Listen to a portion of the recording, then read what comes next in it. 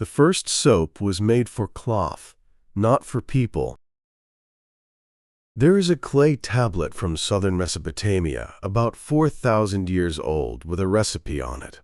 1 part oil, 5.5 parts potash, water, that is soap, written down in the oldest way we have of writing anything down. The tablet does not say what it was for. It sits among instructions for treating wool and cleaning cloth, and that is the honest limit of what we know.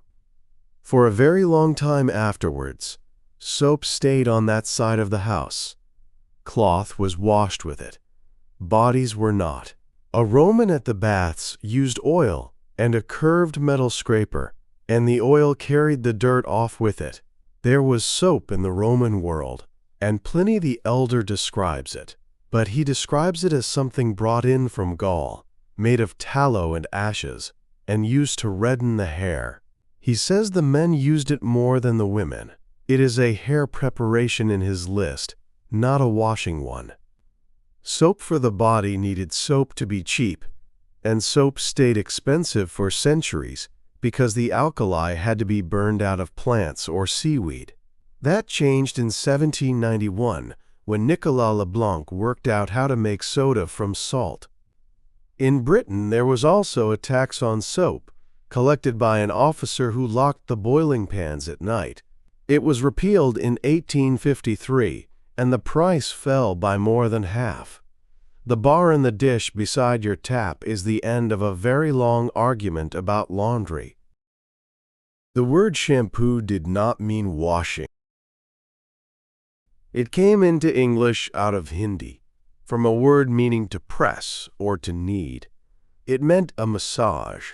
Soldiers and officials brought the word home with them, along with the practice. And for about 80 years, to be shampooed in English meant to be worked over by somebody else's hands. The man who made it a business was Saif-ed-Din Muhammad.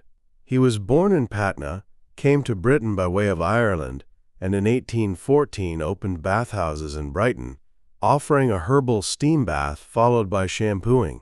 It worked well enough that he was appointed shampooing surgeon to 2 kings in turn. His customers came for their joints, not their hair. Hair itself was washed with whatever soap the house had, and that was the problem. Ordinary soap in hard water leaves a dull gray film on hair, and no amount of rinsing takes it off. People used egg or vinegar or a rinse of tea. The liquid in a bottle arrived slowly. Hans Schwarzkopf, a chemist in Berlin, sold a soap powder for hair from 1903 and a liquid from 1927. The real change came in the 1930s, when the first shampoos made with synthetic detergent instead of soap went on sale, and the film stopped happening. The word kept the older meaning for a while and then quietly lost it. Nobody today would say they had been given a shampoo by another person and mean a massage. Toothpaste came out of a jar. The whole family shared. Before the tube, cleaning powder or paste sat in an open ceramic jar on the shelf.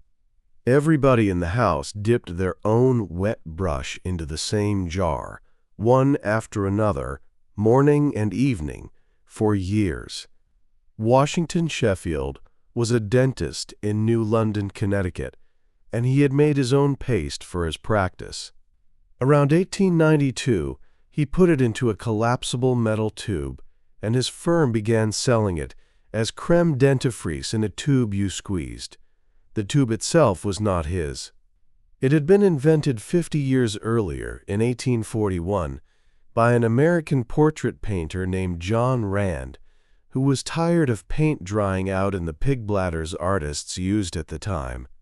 He made a soft metal tube with a screw cap, and it changed painting.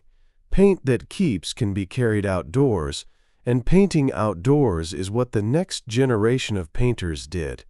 So the object in your hand is a piece of 19th century art supply equipment with dentistry put inside it. Sheffield's son had seen the tubes being used for paint in Paris and brought the idea home. The company his father founded is still in New London, and it still makes toothpaste. The screw cap is the same screw cap. The one you left off is the same one Rand put on a tube of oil color in 1841.